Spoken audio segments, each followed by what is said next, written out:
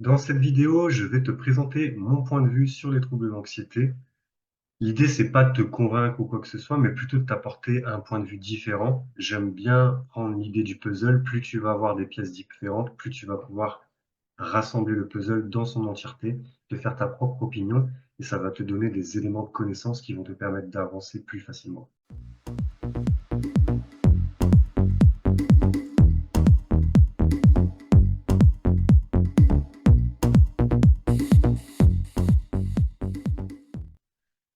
Donc, je pars du principe que tu as déjà été voir un médecin et probablement aussi un psychiatre. Alors, j'imagine qu'ils t'ont écouté, puis t'ont recommandé fortement de prendre un traitement médicamenteux.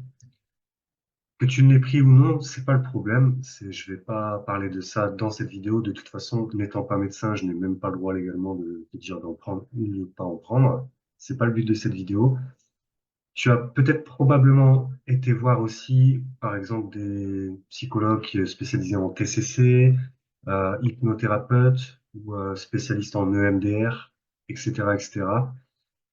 Et tu souffres toujours, donc tu te demandes pourquoi, ce qui est parfaitement logique. Alors, dans ma vision des troubles d'anxiété, il faut comprendre que pour moi, c'est pas une maladie. Dans le sens, c'est pas comme s'il y avait voilà un virus qui a attaqué ton corps et qui t'a créé des symptômes. Pour moi, les symptômes d'anxiété, en réalité, c'est un message de ton inconscient. Juste pour te faire comprendre, pour moi, l'inconscient, c'est la partie automatique de ton cerveau. C'est lui qui gère. Quand toi, tu réfléchis à quelque chose, tu réfléchis consciemment. Quand tu décides quelque chose, tu décides consciemment. Et tout ce que tu fais de manière automatique, comme par exemple quand tu conduis une voiture, tu peux être concentré sur la conduite, mais tu peux, par exemple, parler à ton voisin de n'importe quoi. Consciemment, tu vas parler d'un film que tu as adoré et inconsciemment, tu conduis ta voiture, c'est automatique. À savoir que l'inconscient, c'est également le siège des habitudes et l'inconscient, il est capable de voir des choses que toi, tu ne vois pas parce que lui, il a la capacité d'aller voir dans tes valeurs, dans tes croyances, dans tes émotions. C'est lui qui gère tout ça. Donc, lui, il sait des choses que toi, tu ne sais pas consciemment. Donc, pour en revenir à ce que je disais, pour moi, le trouble d'anxiété, en fait, c'est ton inconscient qui t'envoie un message au travers des symptômes. Il peut pas s'exprimer avec ta bouche. Tu aurais l'impression d'être possédé sinon. Donc, ça serait trop perturbant pour toi et pour moi aussi d'ailleurs. Et du coup, notre inconscient, il s'exprime plutôt au travers des émotions, des pensées automatiques, du corps aussi, et donc des symptômes. Et en fait, tout ça pour te dire que quand tu as des blessures émotionnelles, comme par exemple, on s'est moqué de toi au collège ou des choses comme ça va impacter tes croyances.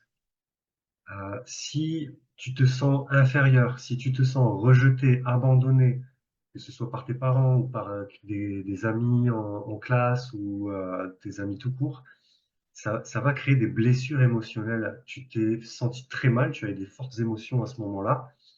Et en fait, ton cerveau, il va chercher à se protéger par rapport à ça et ça va créer des croyances limitantes comme par exemple je suis nul, je ne suis pas assez, de toute façon on m'abandonne toujours, ou alors comme la blessure d'abandon ou de rejet, souvent c'est je n'ai pas beaucoup de valeur.